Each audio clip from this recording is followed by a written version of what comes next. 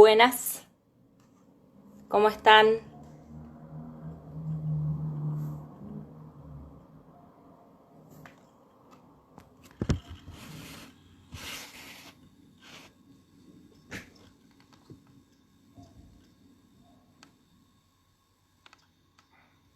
Buenas, ¿cómo están?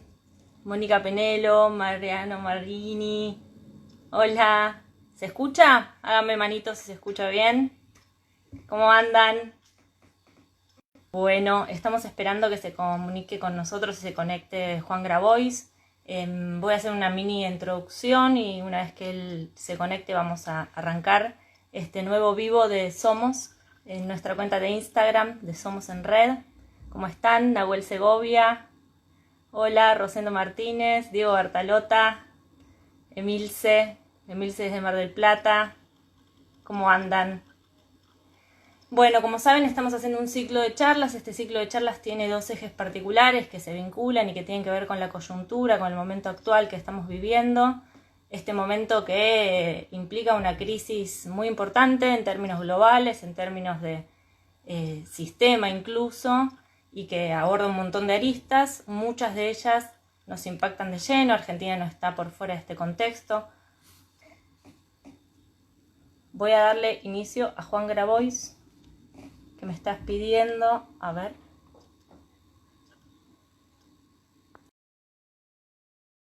A ver si se conecta Juan.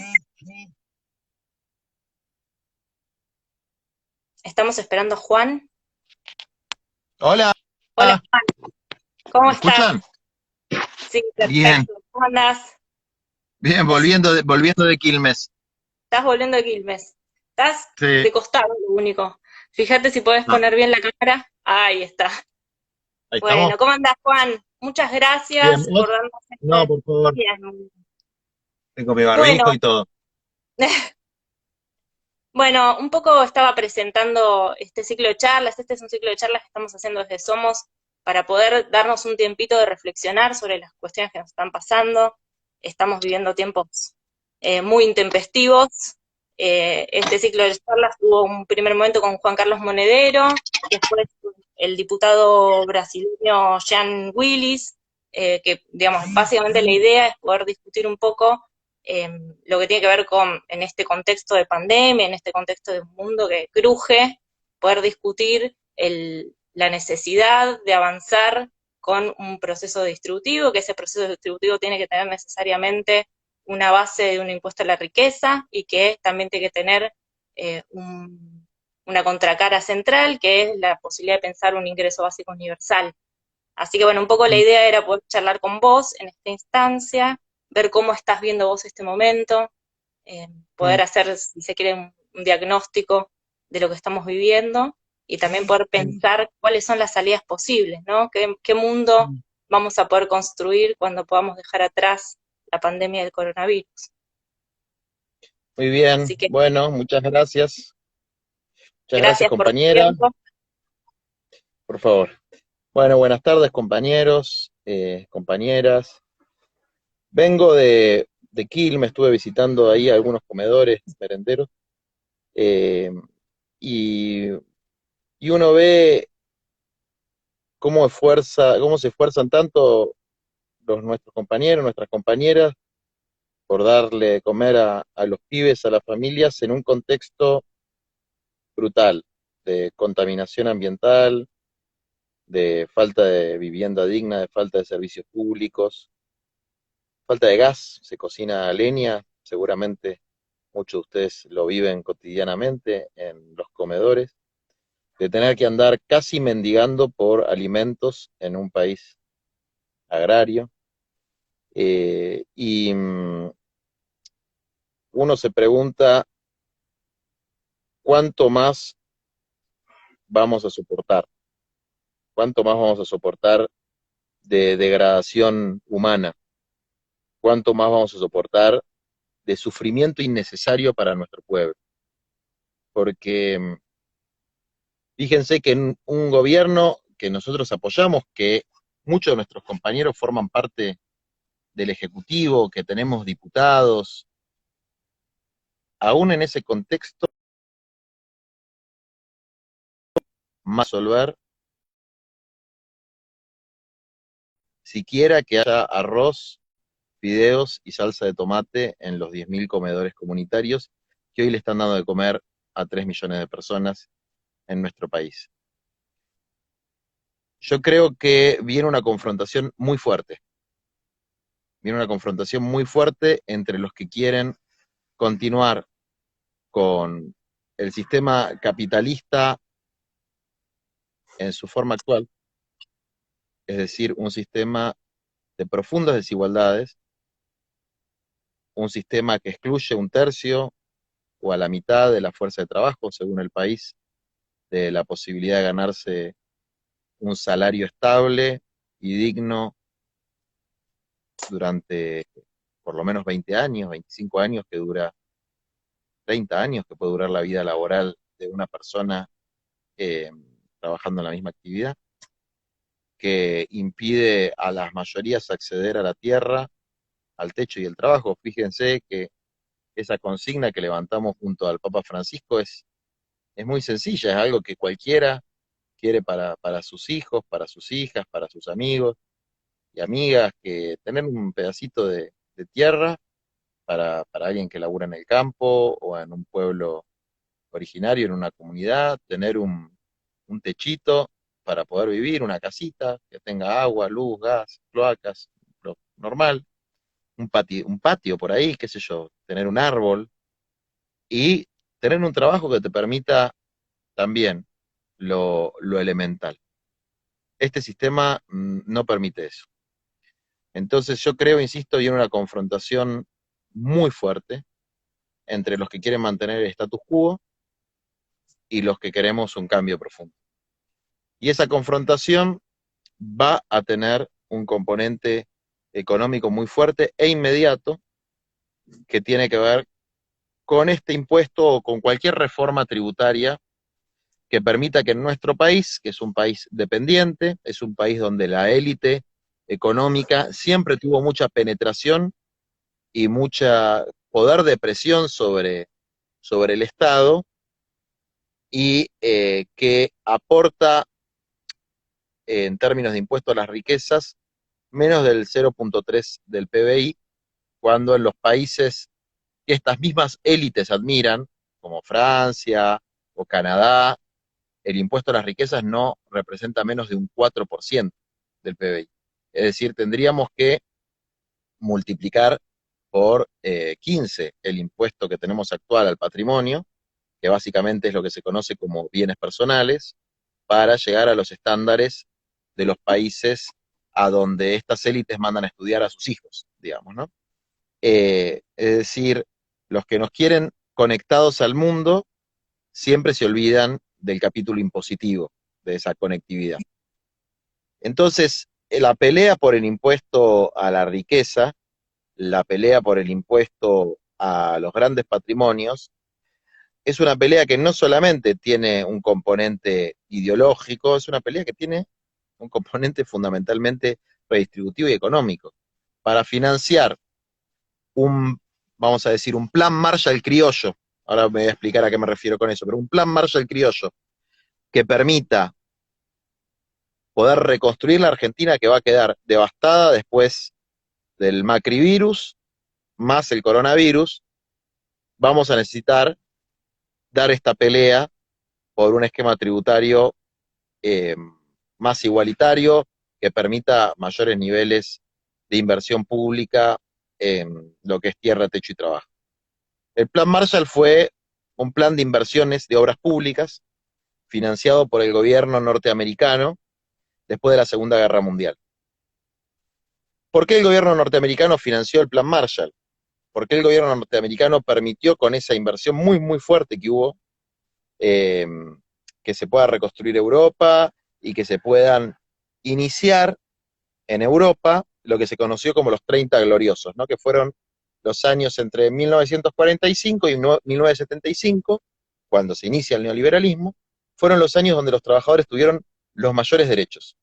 Los mayores derechos. ¿Por qué pasó esto? Porque el imperialismo norteamericano se vio frente a una disyuntiva.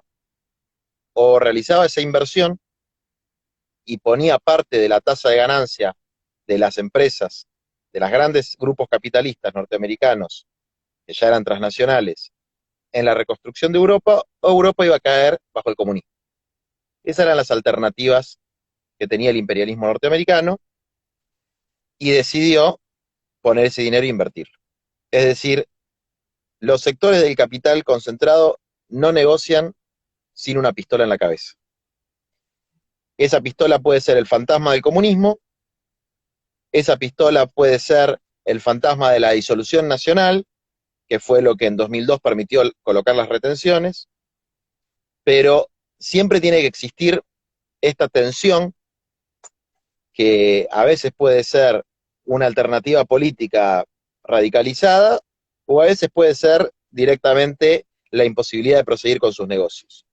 Bueno, estamos en un momento donde evidentemente las cosas se abre una crisis de esas características, una crisis en la que los sectores populares y los movimientos populares, nos guste o no nos guste, tenemos que cumplir el rol del fantasma, de ese fantasma que asuste a los sectores del capital, para que por lo menos puedan ceder algo de sus ganancias, algo de su riqueza acumulada, para que nuestros compañeros, nuestras compañías y el pueblo argentino pueda acceder a un pedacito de tierra, un techo digno y un puesto de trabajo.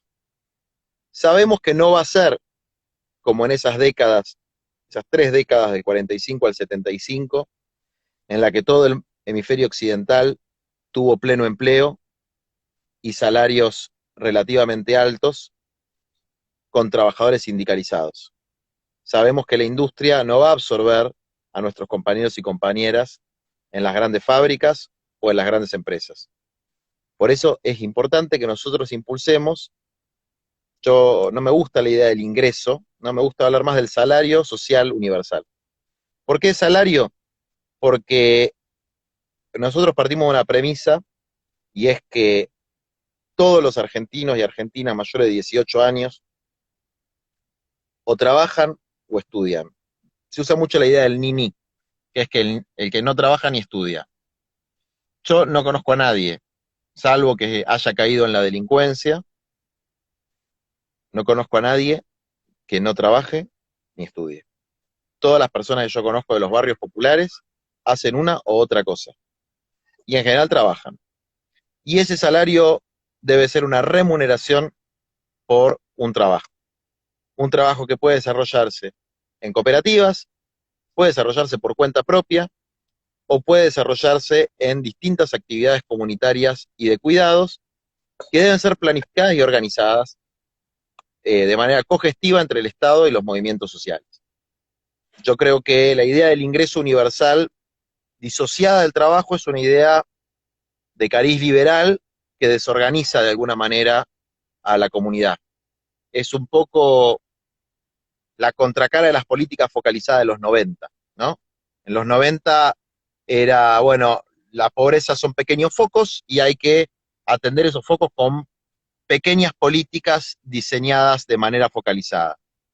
Y después apareció una idea de que el Estado tenía que transferir recursos directamente a los ciudadanos, sin ningún tipo de mediación sindical o social. Nosotros creemos que hay que hacer una síntesis entre la universalidad de la política y la cogestión de los proyectos productivos. Es decir, la política de ingreso,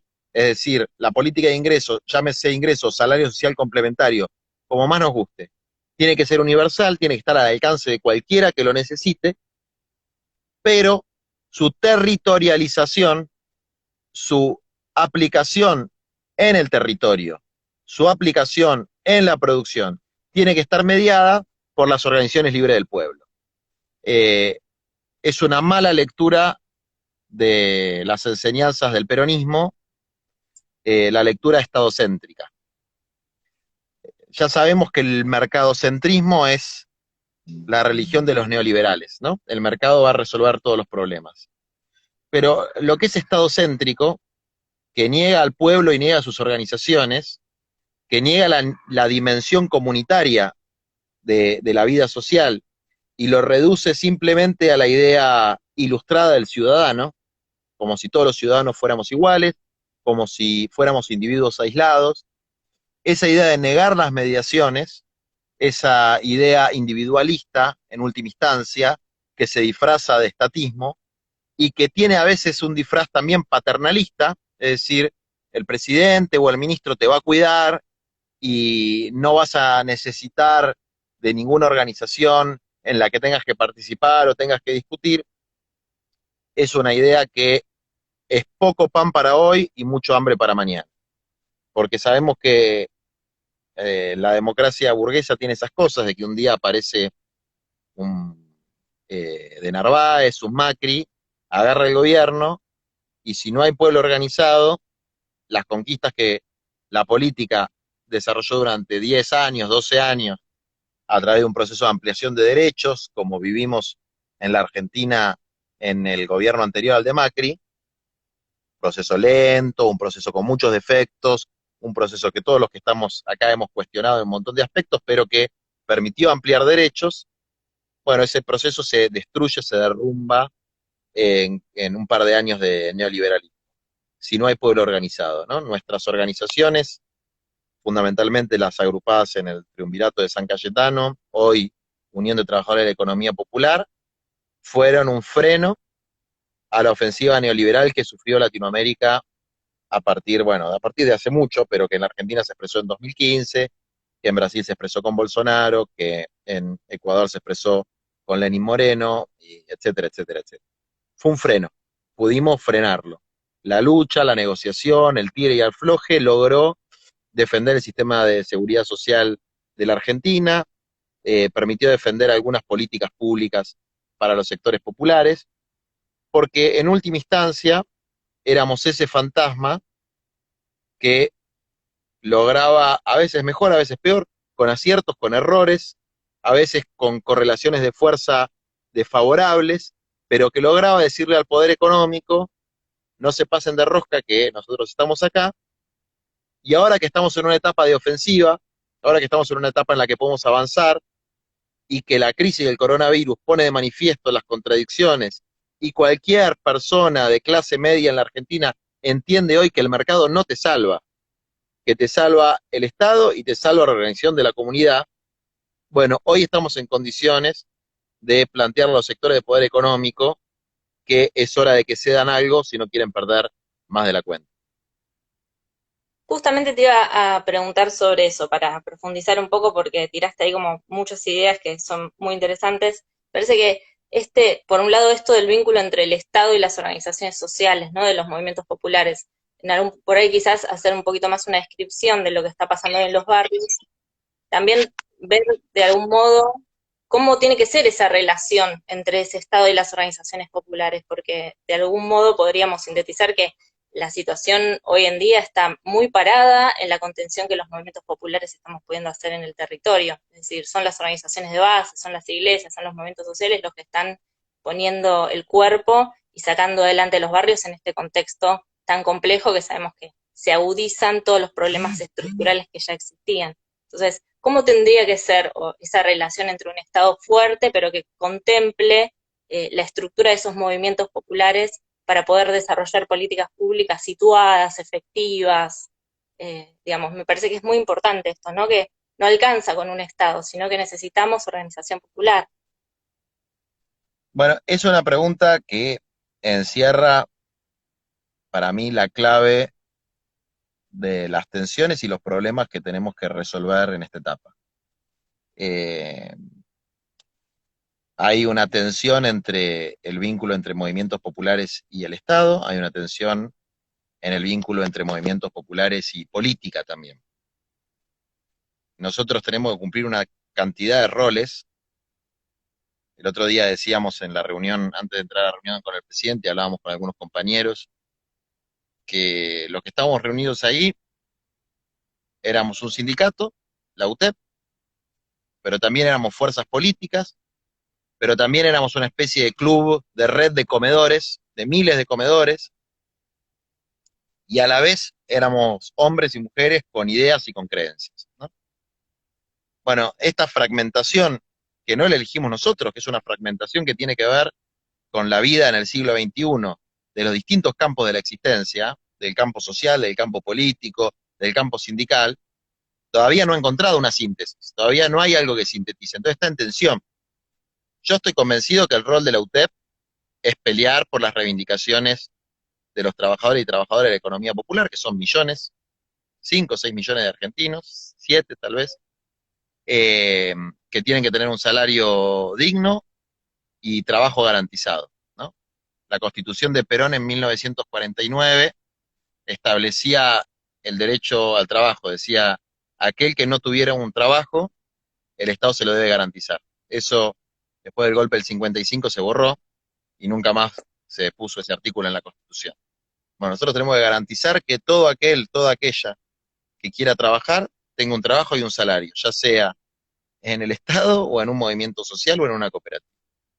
Eh, el vínculo va a seguir siendo tenso y, y nuestro rol a veces es tensionarlo, porque la democracia burguesa es una democracia que está en constante tensión entre los intereses de la minoría privilegiada y los intereses de los pobres.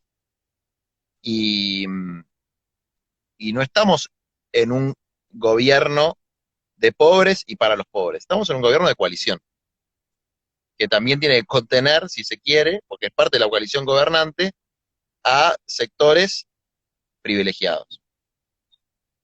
Entonces, nosotros tenemos que tensionar y tenemos que patalear para que los únicos privilegiados sean los excluidos y los niños. Digamos. Y, y vamos a ayudarlo al presidente haciendo eso también. Lo vamos a ayudar a que pueda cumplir su función. No la va a poder hacer simplemente discutiendo con sus ministros o con los gobernadores. Si no hay una presión social, popular de los de abajo, por tierra, techo y trabajo, no va a haber impuesto a la riqueza, no va a haber proceso redistributivo, por más voluntad que él tenga. Porque detrás de la cáscara del Estado, de la formalidad de la democracia, hay intereses materiales concretos, que están muy bien representados, que son los de las élites económicas, que saben hacerse escuchar, con los medios de comunicación, con las operaciones de prensa y, en última instancia, con el acaparamiento de mercadería, con los lockouts patronales, con los despidos de trabajadores. Nosotros tenemos que representar nuestros intereses, los intereses de los más humildes, con el mismo vigor, la misma energía y la misma frialdad que los sectores de poder económico.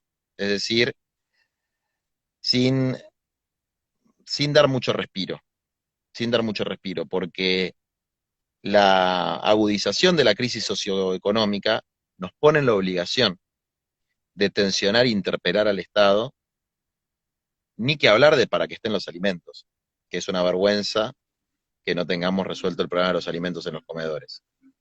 Tenemos que interpelar al Estado para que esté, les decía, ese plan Marshall criollo, con un fondo no menor de 200.000 millones de pesos, para poder realizar las obras de integración urbana, de agricultura familiar y de economía popular, las obras y los proyectos, que nos permitan que cientos de miles de familias argentinas accedan a una vivienda digna, o a un lote con servicios, o a una chacra, o a una cooperativa, un proyecto productivo popular, con un salario que le permita cubrir sus necesidades básicas. Se puede, hay recursos, y es un momento políticamente crucial para sentar las bases de un nuevo ciclo socioeconómico en la Argentina. Es algo que Alberto lo dijo de alguna manera en la reunión. Él habló de una hoja en blanco, ¿no?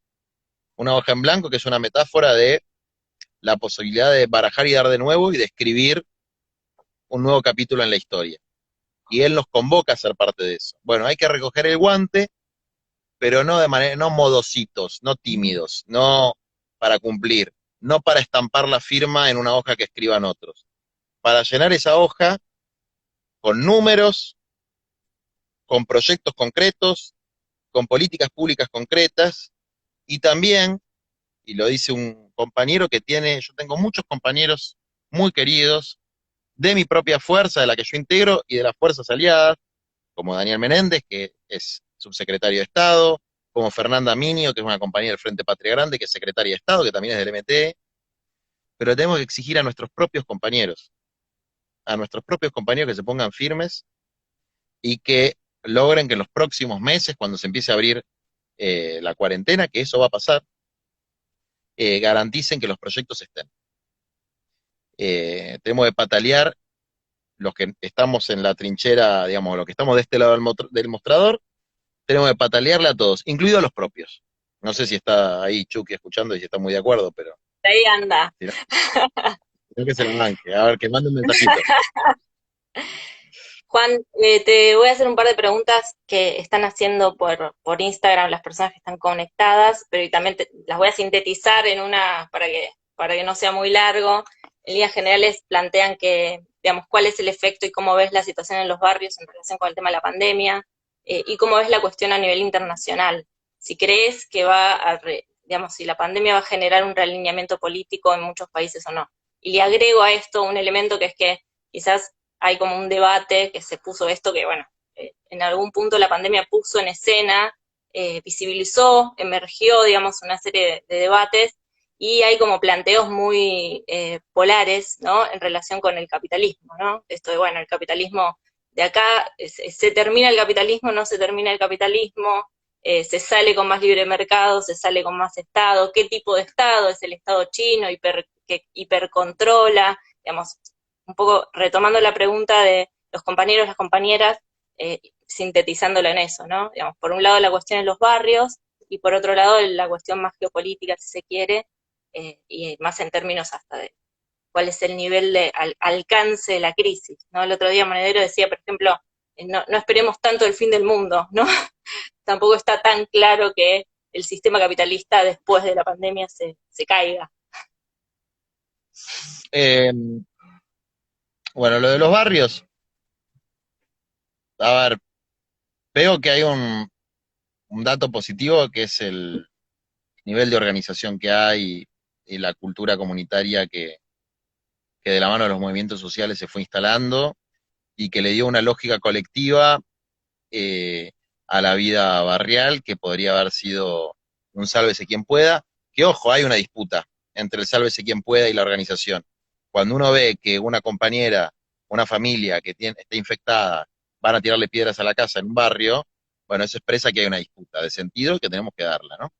Creo que hay muchos problemas en la estrategia de política pública en los barrios populares, muchos problemas en que no haya un lineamiento claro nacional en términos de cómo abordar la pandemia en los barrios populares, pero digo esto siendo muy crítico, porque si uno lo mira en otros países, el gobierno argentino ha tenido una política muy buena comparada con otros países, Sin lugar a dudas. lo cual no quiere decir que nos tengamos que conformar, pero imagínense lo que sería esto si estuviera Macri.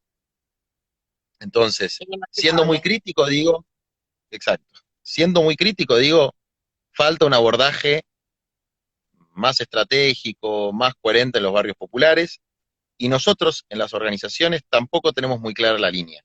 ¿Qué hacer cuando aparece un infectado? ¿Cómo tratar con la familia? Lo hacemos. Yo el otro día estuve con Norma, que tuvo un caso ahí en Avellaneda, y la compañía hace lo que tiene que hacer, digamos.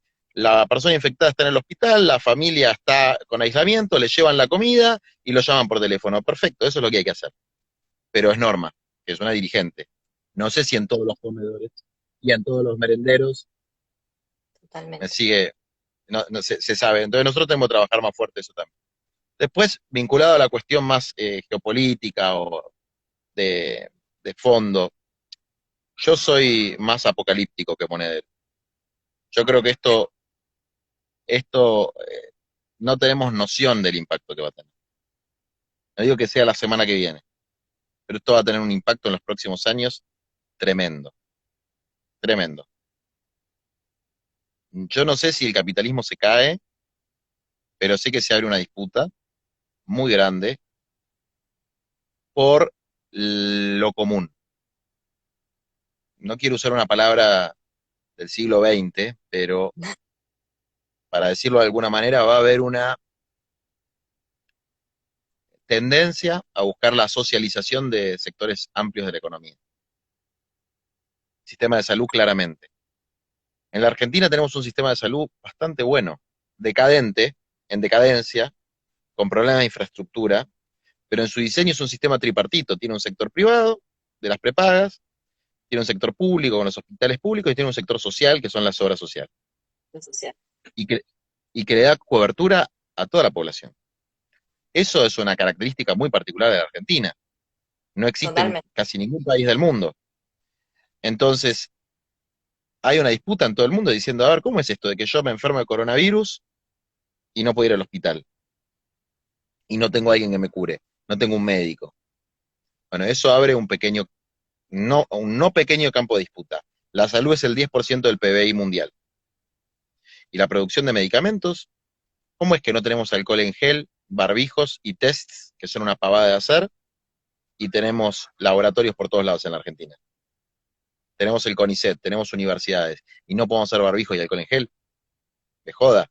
Entonces, un Estado que no pueda hacer barbijos y alcohol en gel para garantizarle a la población, teniendo alcohol de azúcar por todos lados en Tucumán, y teniendo tela por todos lados, y teniendo algodón, y teniendo todos los insumos, bueno, ahí hay un problema vinculado a la apropiación privada de un sector fundamental como el sector de la salud. Y las telecomunicaciones, ¿por qué la gente no puede acceder a Internet de calidad cuando ya está toda la inversión hecha para hacerlo? ¿Por qué en una situación como esta, que nadie puede salir de su casa, Telefónica, Telecom, Clarín, no sé, los que tengan, no tocan un botón para que la gente pueda usar por lo menos Instagram, WhatsApp, no sé, las cosas de Internet, ver videos? Va a haber una discusión sobre ese tema. Ese es un aspecto. Otro aspecto es que muchos nos vamos a replantear si está bien seguir viviendo hacinados en centros urbanos de 6, 7, conglomerados de 7, 8, 9 millones de habitantes. Córdoba, la ciudad de Buenos Aires, Rosario. Entonces, la perspectiva de la vuelta a los pueblos, de la vuelta al campo, de un nuevo patrón de urbanización, es una perspectiva que se va a abrir. Otro elemento va a ser el tema ambiental. Todos hemos visto los animales aparecer por las ciudades, que el aire está más limpio, que en la Argentina, por ejemplo, hay estadísticamente, se salvaron más vidas porque no hubo accidente de tránsito que las vidas que se perdían por coronavirus. Porque estamos tan locos que salimos a la ruta y chocamos y nos morimos y matamos a otros. Entonces, yo creo que sí va a haber muchos replanteos y que se va a abrir una disputa que va a ser no solamente ideológica o conceptual, sino que va a ser la vieja y nunca bien ponderada lucha de clases. Digamos, los pobres no se van a bancar ser las víctimas del coronavirus, una enfermedad que trajeron los sectores de clase media alta, y van a pelear con los dirigentes a la cabeza o con la cabeza de los dirigentes. Y yo no sé si quiero estar a la cabeza, pero sé de qué lado quiero estar, y sé que es un fuego que hoy necesitamos para no llorar dentro de 3, 4 años, cuando venga la próxima peste, no llorar, no llorar lo que no supimos resolver cuando tuvimos la posibilidad. Entonces, creo que hay que tomárselo muy en serio, hay que prepararse para una pelea muy grande. Nuestra, si se quiere, pertenencia a la coalición de gobierno no nos tiene que ablandar en nuestro rol como representación de los sectores más postergados y más humildes, y tenemos que redoblar el reclamo por una distribución más igualitaria de la riqueza, por un nuevo patrón de urbanización, por un ambiente sano y sostenible para nosotros y para nuestra posteridad, y tenemos condiciones para lograr. Podemos decir que tenemos las condiciones, va a estar difícil y que en algún punto se juega todo por el todo. Yo creo que se juega muchísimo y que tenemos las condiciones objetivas, pero las subjetivas nosotros somos los que creemos más posible que se mueran 30 o 40 mil personas en la Argentina que nacionalizar el sistema de salud o el sistema de telecomunicaciones o poner un impuesto a las riquezas. Es decir, estamos viviendo algo que nunca nos imaginamos que íbamos a vivir.